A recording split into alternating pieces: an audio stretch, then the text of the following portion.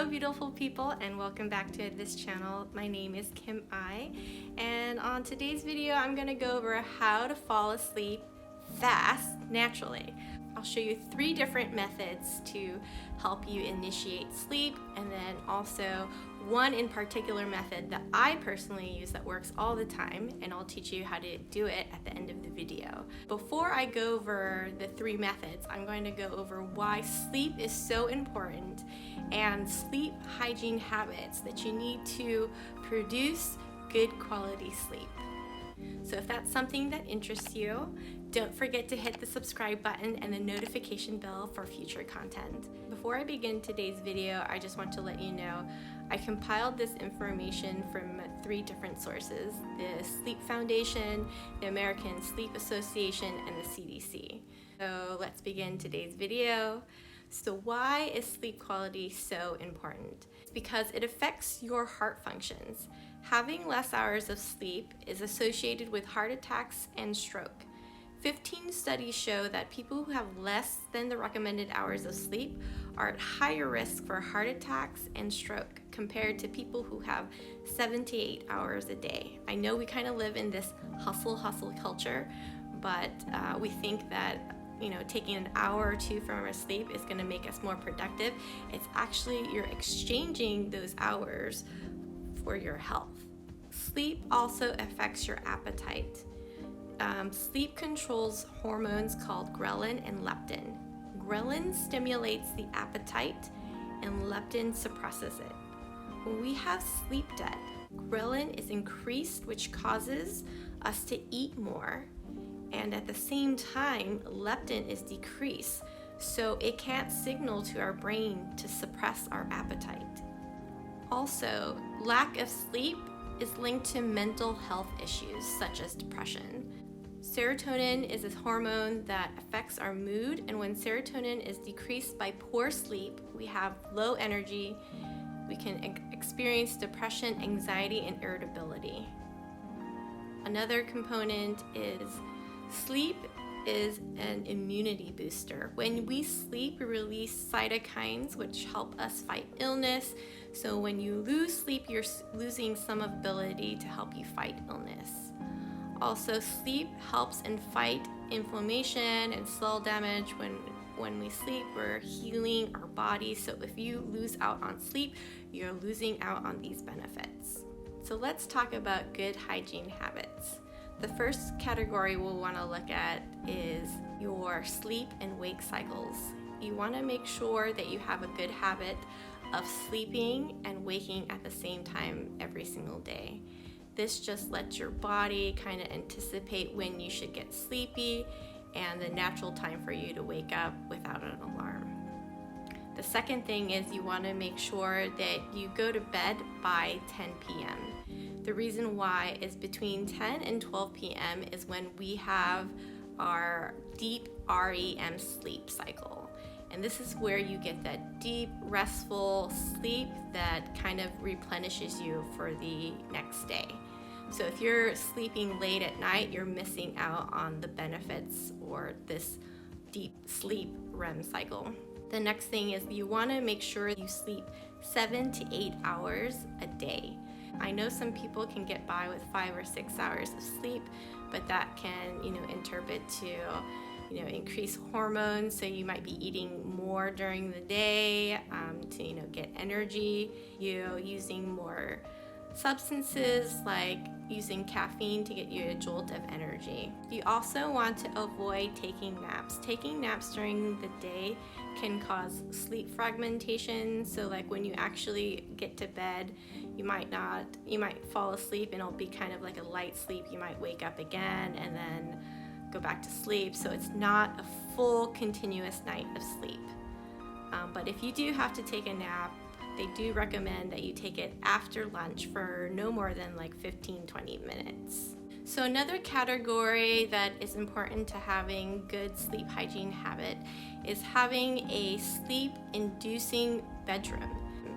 This means that you're going to have good pillows, a good bed, and nice soft sheets.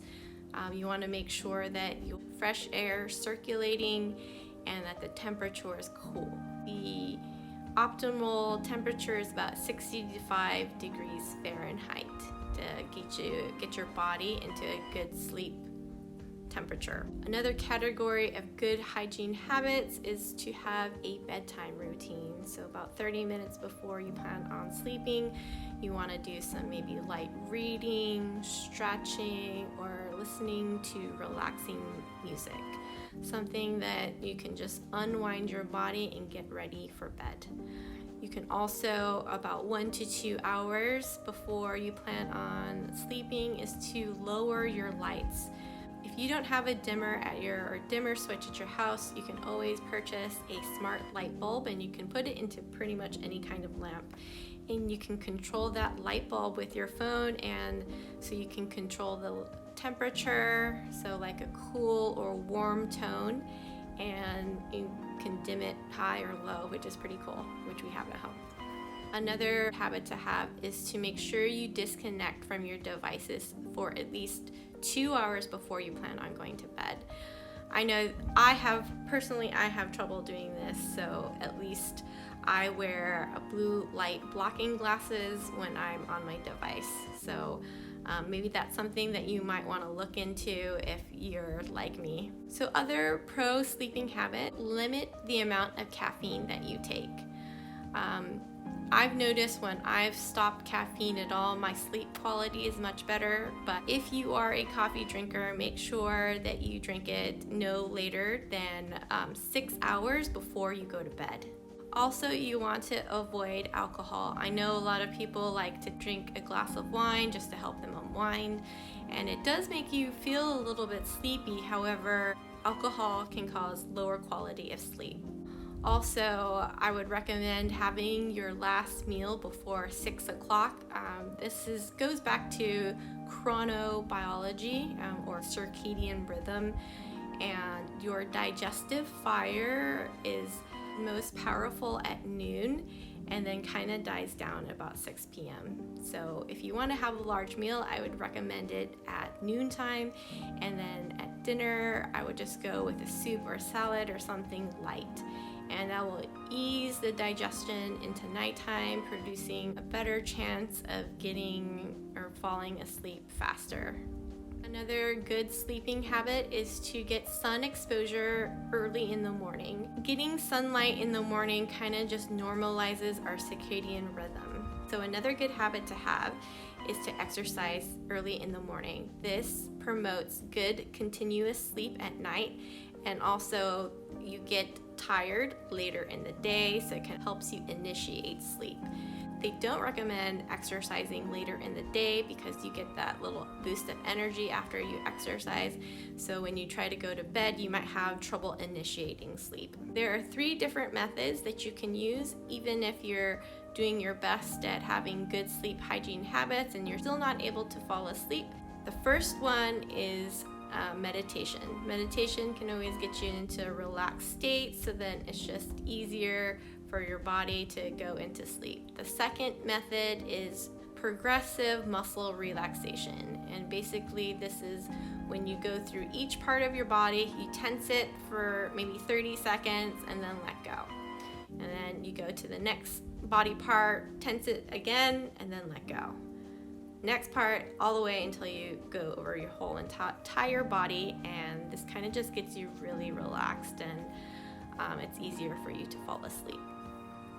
So the method that I use is called triangle breathing, and this brings your rate of breathing down to 2 to 3 breaths per minute, and it shifts your autonomic system into the parasympathetic to help you relax.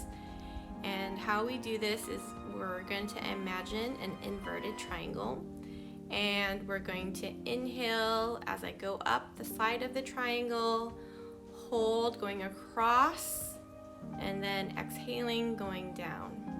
And for each side of the triangle, use about 7 to 10 seconds for each side, and that's going to depend on you how much you can hold your breath or inhale.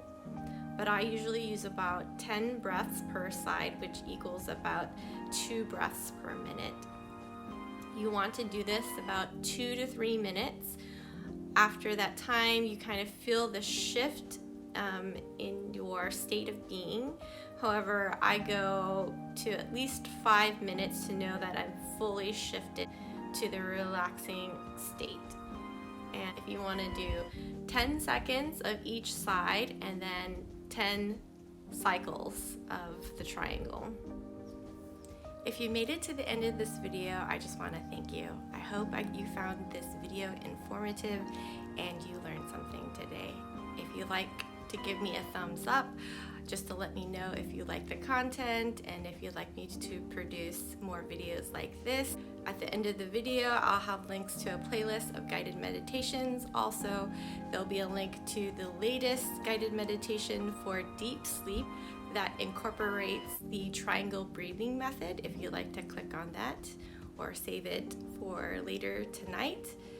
And if you'd like to connect with me, I am on Instagram at Inner Journey Kim I, and you can private message me if you have any questions about the triangle breathing. I would love you to post or comment a sleeping emoji, just so I know that you made it to the end of the video and that it helps the YouTube algorithm help me grow this channel. So that is all for today's video. I am sending you love, light, and positivity.